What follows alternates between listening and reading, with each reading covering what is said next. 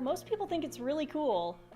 Usually surprised if it's someone that we don't really know too well, because it's not often that you walk into a house and see a room full of pinball and video games.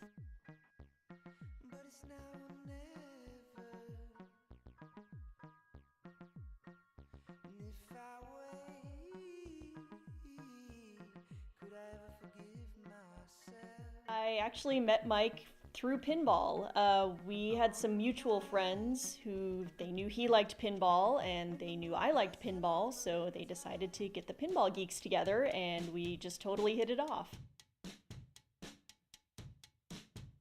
Yeah, the collection I have in the room at the moment has at least one game from every decade dating back to the 1930s, except for the 2010s because I don't have that kind of cash to drop on a game at the moment, but it will happen eventually, maybe by 2030.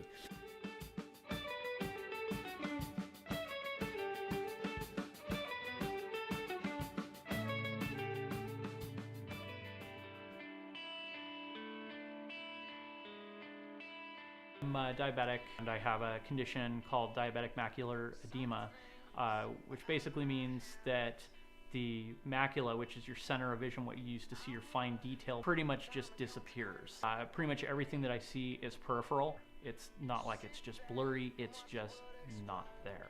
And it's actually kind of frustrating and infuriating a lot of time if I just can't keep a ball in play, especially on a newer, faster game. I think a good part of it is that I've been playing pinball for 16 years now, and you start to just kind of learn where the ball's going to go, how it's going to react. So even though I can't see the ball as well now, a lot of times I still have a better idea of kind of where the ball's going to go, and that definitely helps my game.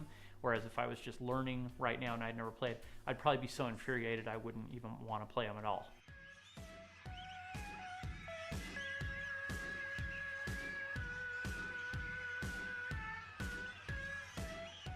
I've always loved pinball. From the time I was a little kid, if I went to an arcade, I would always gravitate towards pinball.